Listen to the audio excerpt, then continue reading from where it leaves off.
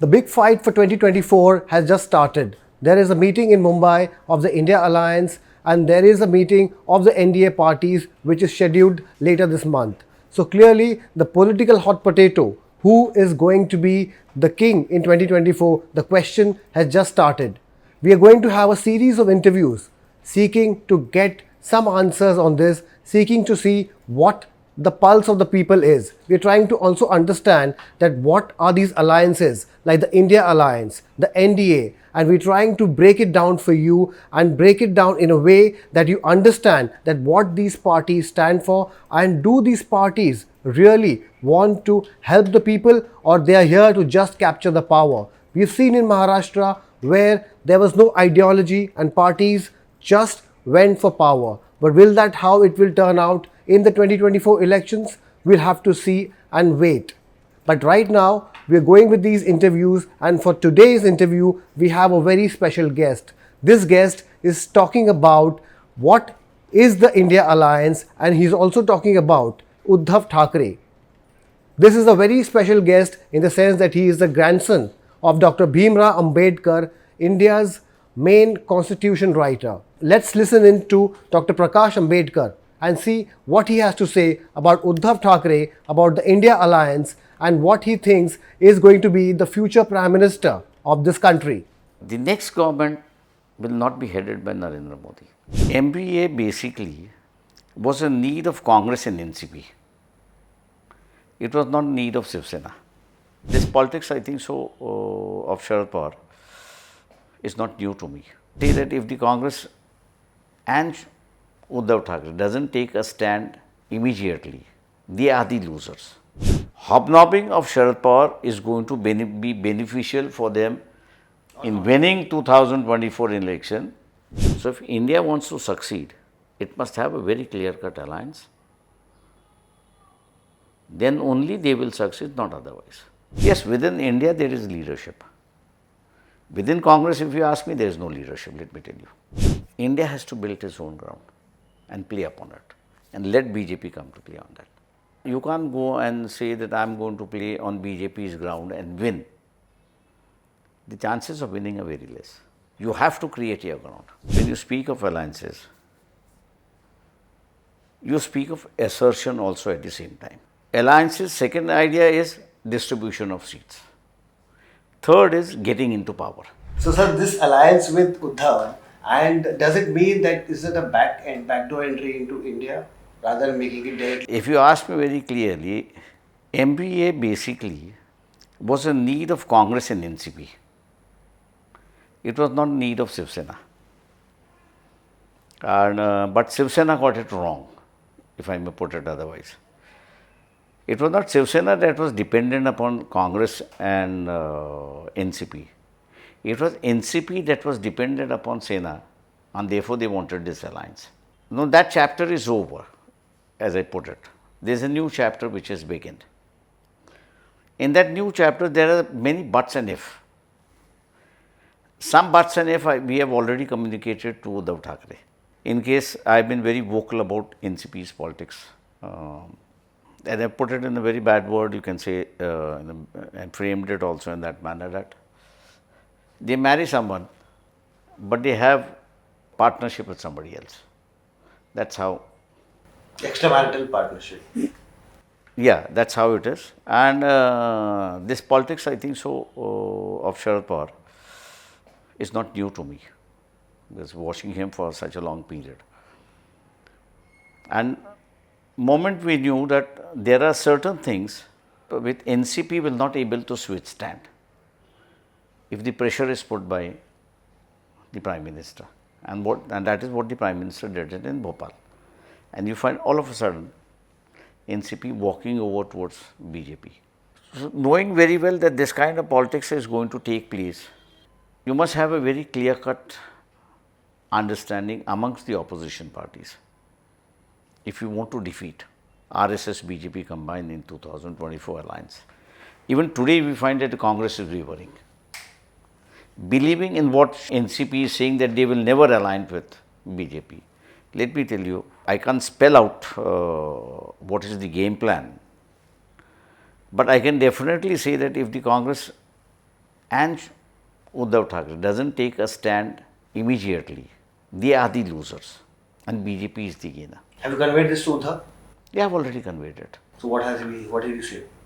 See, question is basically hangovers, I think so, are sometimes very difficult while making decisions. So he has one hangover where he split from BJP.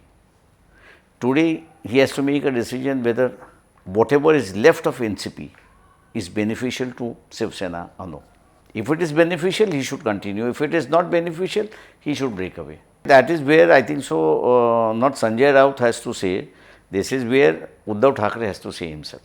There's a lot of talk about how Sanjay Raut is the one who's driving what the Shiv Sena currently is. What is your... No, but I won't say that way.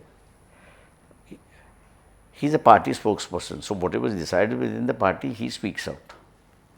But there are certain issues where the head of the organization has to speak. Not the spokesperson. Not the spokesperson. And here I think so, this is an alliance which is going to either make or break Shiv Sena. It is at that stage. The MBA currently where it is. Currently where it is. Once you are on a stage where you can either break or make it, at this juncture I feel it's always the head of the party who has to speak and none else. So you think that advice, that thing has reached to Uddhav that he has to speak right now and ensure that his party, his future? Now basically you see, as long as MBA was there, he could make a decision. Now there is another factor which has come in, that's India. And he has become a part of India. So I can understand his dichotomy that without India he can't take a decision. And India is not taking a decision. He independently can't take a decision. See, because he has become a part of India. And NCP is part of India. And NCP is part of India, but at the same time, NCP is hobnobbing with the Prime Minister and BJP. This is useful for India or not. That is a decision which India should take. Hobnobbing of Sharad Pawar is going to be beneficial for them in winning 2024 election. Then they should say that way. If hobnobbing of Sharad Pawar with the BJP and Prime Minister is against their interest, then they should see that. In politics, there are certain times what Narasimha Rao would say, sleep over the matter. And that is true also. But this is a matter where you can't sleep over the matter, because once you say that, okay, the hobnobbing is tolerable to us, then the common man asks, why oppose BJP then? Be with them only. Then be with them. Therefore, the India should be a part of BJP then. That is what the common man thinking is. So, India should make itself very clear whether they are with hobnobbing or whether they are not with hobnobbing. With the BJP. With the BJP. So if your alliance with Uddhav, has it been worked out the structure of it, what is it? See, as far as our seat sharing goes between us, a broad formula has been agreed upon. So that formula, as far as Vanchit and Shiv Sena is concerned, that is in place. This is for 2024. 2024. What is not in place is a formula between Shiv Sena, Uddhav Shiv Sena and Congress on one hand, Uddhav Sena and NCP on one hand, and NCP and Congress on the other hand. So that khichdi is still... So that khichdi is damaging Uddhav Thackeray. He has to get it settled immediately. And do you see a reason why he is not taking a step forward and settling it immediately? See, because one of the discussions that we had and said what should be the common in this thing, I said seat sharing should not be the issue. The issue should be to see that BJP doesn't come to power. That's the common agenda. That's a common agenda which we have finalized. He said no, this is the right agenda. So now if that is the right agenda, therefore it's trying to get everybody on board. While getting everybody on board is good, I won't say it's a bad idea, but you have to check their credentials also. Who they are. Who they are. You can't say just because somebody is my relative, I go and meet him and I have a secret. It should be a public meeting. It can't be a secret meeting. One should say there is a secret meaning, there is some else meaning. So, these things basically matter a lot, I would say, as far as alliances is concerned, because what I have studied about the Indian voter, he wants a clear-cut line. Hobnobbing he doesn't allow. So, if India wants to succeed, it must have a very clear-cut alliance. Then only they will succeed, not otherwise. Even today, government is not making that issue.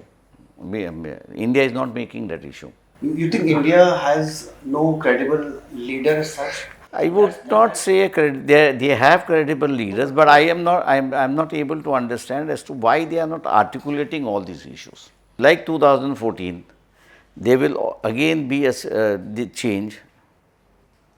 We have a sweeping change in 2014. Even today, you can have a same sweeping change if India is able to articulate proper issues at proper time. So, if India has to take up one big issue against BJP and make their own narrative against the BJP, what is it? Is it about riots? Is it about hate, economy? What is it? See, there are many things. It's economy also, riot is also there, but you must be able to articulate them. Does India have that? Yes, within India there is leadership. Within Congress, if you ask me, there is no leadership, let me tell you. They have still to groom and give them a chance. They have a pool of talent within the Congress. Those talent need to be harnessed and brought out in open. But if you take India as such, there are many good leaders who can articulate and bring it out. So the BJP's narratives will be the one which they're always playing, Modi versus who? And they'll want the opposition to get sucked into that narrative. How does the opposition build their own knowledge? See, I'll tell you, this was the first time I said challenging a mighty Congress party. We were having discussions with many, what should be. And one of the sociologist professor, he advised us, don't play on Congress ground, build your own ground. First, nobody will come to play. But as people start recognizing that there is a new ground, they will start reacting. India has to build its own ground and play upon it and let BJP come to play on that. You can't go and say that I am going to play on BJP's ground and win. The chances of winning are very less. You have to create your ground. Because there, if you play with BJP, you are just a reactionary force. You are not an action force. You have to be an action force. For that you create your own ground. Therefore, you have to create your own ground and own narratives. Which the India has not been able to till now. That's what I am saying. They have a pool of talent who can articulate it, but why they are not doing it, I am still not able to understand. You have been a very strong critic of the Congress and you continue, so you had 10 questions for the Congress very recently. No, I had 10 questions for BJP. And before that, this was for Congress. Yeah, before that for Congress, right. So, I'm basically talking about Congress now. Congress is a party today. They have an OBC leader, which is their president. They have a party which is the family party, which was supposed to be run by a family, the Gandhi family. The Rahul Gandhi is the one which is apparently the one which is leading the party, but Kharge is the president. Face of it.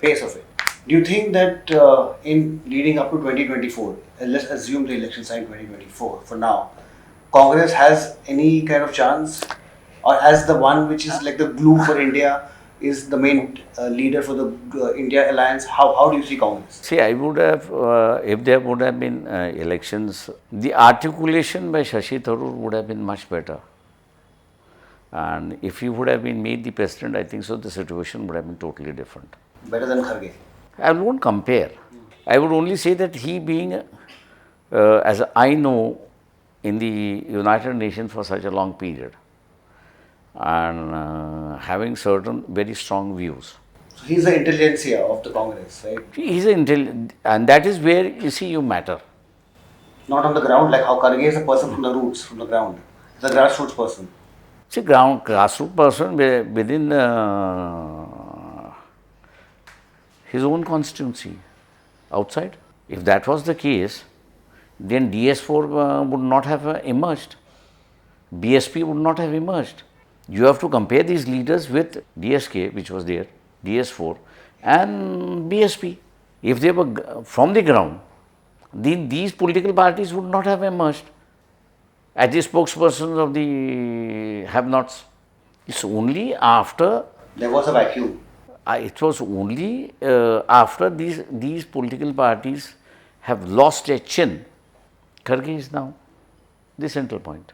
What should the Congress party do now to reinvent or to be something of a party of reckoning in the next elections? I am not in a position to advise what Congress should do. One thing I would want to understand is in current Indian politics, there's no such thing as ideology. What we saw in Maharashtra, what happened with NBA, how parties with different ideologies are glued together for want of power. Then we have a situation, say I would also bring about your situation where you are a party for the Ambedkarites or the minorities, and you have a alliance with somebody from the right, which is like the Shiv Sena. Shiv Sena is a very anti-minority at one point in time, anti-minority right-wing party, which is espousing the cause of Marathi nationalism or Marathi regionalism that way. You had an alliance with AIMIM, which also was a right-wing party in that sense, espousing Cause of the Muslims. Yeah. So ideology, core ideology, when you say that I work for a certain sect of people, but when I have to, have alliances, political alliances, when I have to then I need to possibly get rid of that ideology. How does it come out in Indian politics? When you speak of alliances, you speak of assertion also at the same time. Alliances, second idea is distribution of seats. Third is getting into power. If you take the nationalist parties, BJP and the Congress, both sail in the same boat. In the sense that this is what Sonia Gandhi coined it, that we are soft Hindutvadi and they are hard Hindutvadis. So there is no choice. Either you float with them. One. Second is you have the regional organizations. And third is you have the sectarian organizations. Some looking for Adivasis, some looking for scheduled castes, some looking for Muslims, some looking for languages. See, as long as your core ideology does not conflict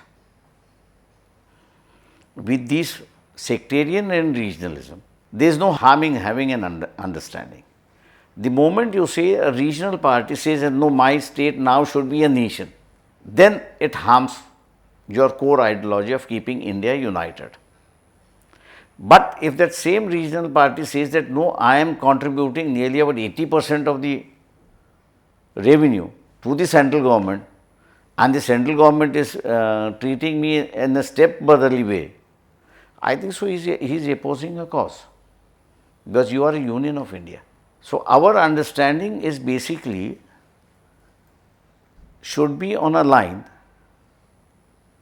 of representation. What identity? What you represent. Not identity politics. Not identity politics. This is what you represent. If you look at from the representative point of view, you will see that there is no regionalism. You will see there is no sectarianism. Are you okay with joining the India Alliance because you already have an alliance with Shiv Sena? So if you have an invitation, would you be okay? If the invitation comes, you will think over it. But no backroom talks as of now? There is no backroom talks. Because we see a lot of posturing from the Congress leadership, Nana Patole, Ashok Chavan, from other leaders that you should be a part of. See, basically they should make one thing, Congress leaders should make one thing clear, that for Uddhav Thackeray, Shiv Sena group, they will always be speaking of Babri Masjid. Are the Congress comfortable with it? Uddhav will always speak about Babri. Uddhav will always mention Babri. As how he sent car sevaks to get the... Not car sevak, but in that heated contest between BJP and Uddhav Thackeray. Over Hindutva legacy. Over Hindutva legacy. That is where I think so the Congress has to make itself very clear whether they are comfortable with him mentioning that. Are you okay with that? I am okay with it, in the sense that it is the past. The question is not of peace, I would say. Question an historical has happened. You can't allow that to linger on for quite a long period of time. Even the Muslims have moved away from it now.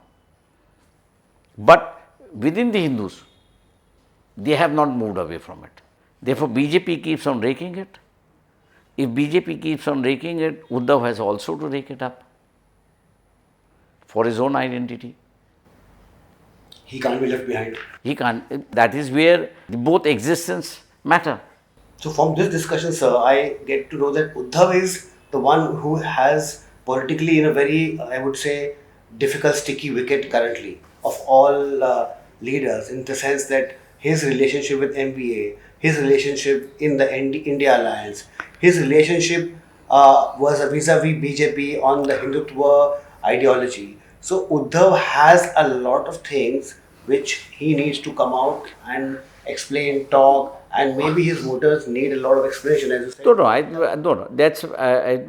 That's not what I intended to say. What I'm saying is that Congress has to make itself very clear. That's Congress's part. Yeah, unless Congress makes that part, as I've said, the triangle which I've just mentioned earlier, that Uddhav Congress settlement, Uddhav NCP settlement, and NCP Congress settlement, which is not taking place, which should have taken place by now. Why it is not taking place? Are these parties having a second thought? On an alliance. No, not on alliance, on this issue of Babri Masjid. You think that's the burning issue between them? See, Congress today is left only with the Muslim voters. NCP, I would say, before the breakup, they were on a much better. Shiv Sena also, I would say, today it's on a much better footing. The urban vote, Marathi vote. Though even rural here has this thing. So that's how it is. Having this situation, what is stopping them or what is holding them back for having a seat sharing formula? Or at least having a basic arrangement. At least a basic, let's say, as I've said it, at least there is a basic arrangement between Uddhav Thackeray, Shiv Sena and Vanchit Bahujan Aghadi. There is a basic understanding. That basic understanding is not there between Congress and Uddhav Thackeray Sena. That basic understanding is not there between Uddhav Thackeray and Sharad Pawar, The three parties NCP. don't have any consensus. Though they don't have any consensus, and this is where the issue, I feel, is the crux issue. But you are saying that it is also because of the Babri legacy or the issue of Babri. Which No, Congress, see, question is basically, as I've said, that this is a historical moment which has passed on. That is your viewpoint. You think the Congress should take a leaf from your perspective on it? See, question is basically, as I've said, that Congress is not able to concentrate on the Hindu voters, and they have relied upon the Muslim voters. So that is what is worrying them. I am not able to understand. And I just posed a question once to one of the congressmen asking that, is this holding you back? They said, no. So the kind of reaction was there, I could just gauge that yes, that something is holding them back. Okay, so one final question. I would want it in a very yes and no fashion. Do you think the India Alliance is capable of toppling BJP in 2024? I can make one positive statement, and that is the next government will not be headed by Narendra Modi. That's exactly what Kharge also said, that next... He copied it from me. I made this statement nearly 15 days ago. And you're very confident about it? I'm absolutely confident about it. So, because Congress, BJP at no stage of imagination will cross 270. So, for him to become a Prime Minister, he needs 272. Okay, I think that's a very interesting statement. We leave it at that, and we hope that when we meet next, we can corroborate and say that Sure. Ambedkar on this day had made a statement that Mr. Modi will not be the next Prime Minister of this country. Thank you so much for your time, sir. Thank you. Thanks a lot.